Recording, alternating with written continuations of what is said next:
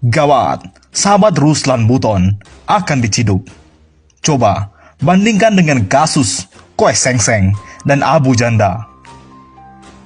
Sebelum Ruslan Buton yang ditangkap polisi karena meminta Presiden Jokowi mundur, melalui surat terbuka, ternyata Koe Seng Seng, seorang WNI keturunan Tionghoa, sudah terlebih dahulu menulis surat terbuka yang isinya sama.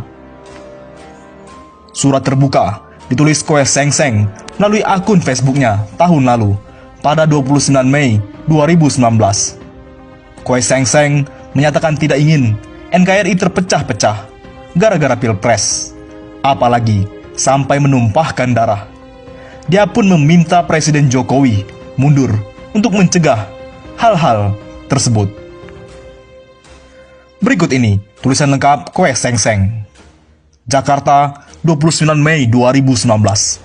Kepada yang terhormat Bapak Presiden Joko Widodo di tempat, perihal permohonan pengunduran diri demi NKRI.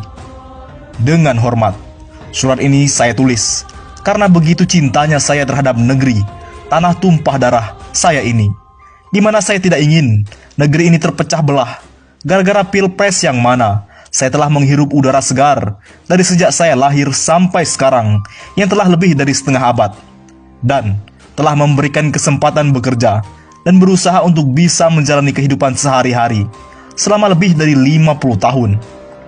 Dan sisa hidup saya yang paling sekitar 10-20 tahun lagi. Ini pun jika Yang Maha Kuasa berkenan, berikan, karena saya tidak tahu kapan saya akan dipanggil menghadapnya, yang bisa saja saya menghadapnya hari ini, esok, atau lusa. Sebelum saya menghadapnya, saya sebagai rakyat kecil, orang awam, yang melihat suasana negeri ini yang suhunya memanas sebelum dan sesudah pengumuman pilpres, yang bisa menimbulkan pertumpahan darah. Saya memberanikan diri menyampaikan sekedar saran atau permohonan pada Bapak, agar Bapak sebaiknya demi persatuan dan kesatuan negeri ini, dan menghindarkan pertumpahan darah di negeri ini, mohon kiranya Bapak bisa mengajukan surat permohonan pengunduran diri sebagai Presiden terpilih 2019 sampai 2024 untuk mencegah perpecahan dan pertumpahan darah yang mungkin bisa timbul di NKRI ini, jika seandainya Bapak tetap ingin memimpin negeri ini pada periode 2019-2024. Pada pemilu presiden 5 tahun lalu, saya mendukung Bapak. Tapi untuk pemilu presiden tahun ini, saya mendukung lawan Bapak, di mana saya sebenarnya berharap Anda lebih dari 2 calon presiden yang bisa diajukan pada pilpres tahun ini. Cuma sayang, uji materi ambang batas pengajuan presiden wakil presiden, saya diajak Bapak Effendi Ghazali dan kawan-kawan untuk aju uji materi, ditolak Majelis Hakim MK, sehingga hanya 2 calon yang bisa berkompetensi memperebutkan pemimpinan negeri ini pada pilpres di tahun ini. Sebagai catatan, tambahan, saya tidak pernah bertemu ataupun berkomunikasi dengan lawan Bapak dalam pilpres ataupun berafiliasi dengan para relawan ataupun pendukung lawan Bapak pada pilpres 2019 ini.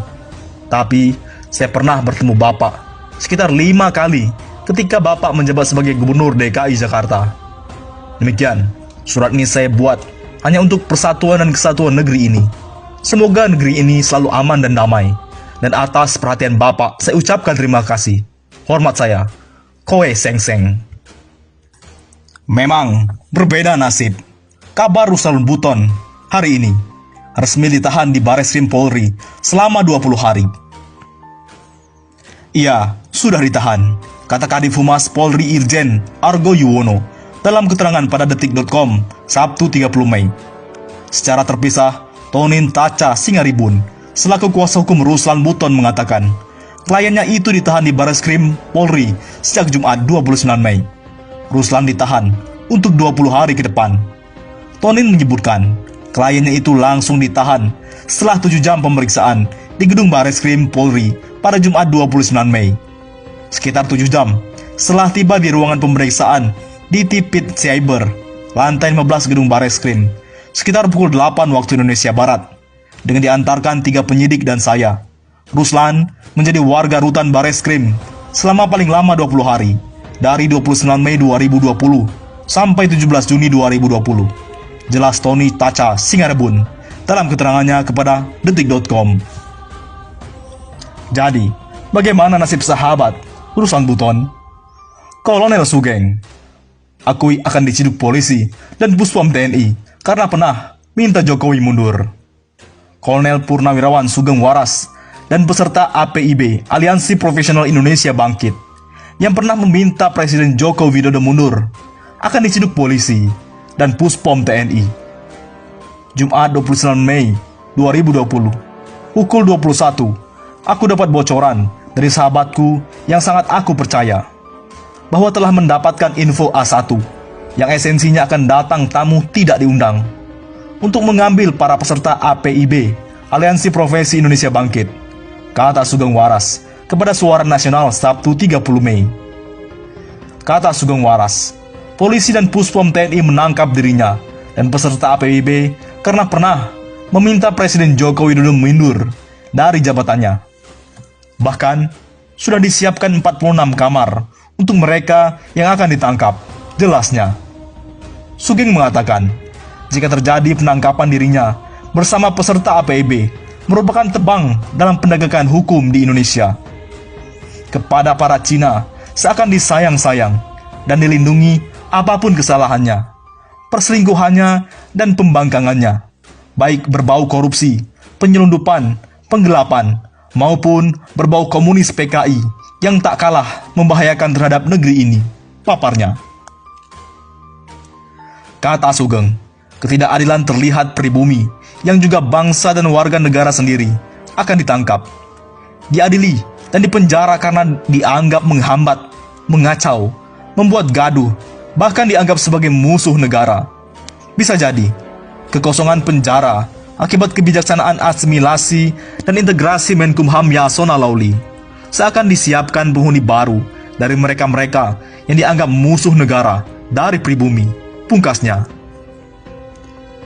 Berbeda, Abu Janda mangkir panggilan Bareskrim atas dugaan ujaran kebencian dan penistaan agama.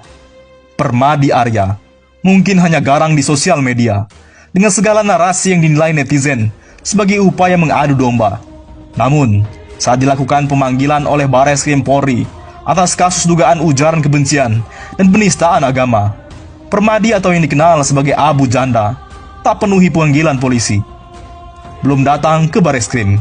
Info dari cyber belum datang, kata Kadif Humas Polri Irjen Argo Yuwono saat dikonfirmasi Sabtu 30 Mei. Sebagaimana diatur dalam pasal 112 KUHP, jika pemanggilan pertama seseorang tak memenuhi panggilan alias mangkir, maka dalam jangka waktu seminggu kemudian, polisi melayangkan surat panggilan kedua. Apabila tanpa alasan yang patut dan wajar untuk memenuhi panggilan kedua, maka penyidik dapat menerbitkan surat perintah membawa atau menjemput paksa bagi pihak yang dipanggil tersebut. Dalam pasal 1 butir 2 KUHP pidana, pemanggilan merupakan salah satu upaya paksa dalam fase penyidikan selain penangkapan, penahanan, penggeledahan. Tujuan dari pemanggilan adalah sebagai salah satu upaya mencari bukti-bukti untuk membuat terang suatu tindakan pidana. Kasus dugaan penistaan agama Abu Janda adalah ketegasan dan keberanian polisi yang kita tunggu.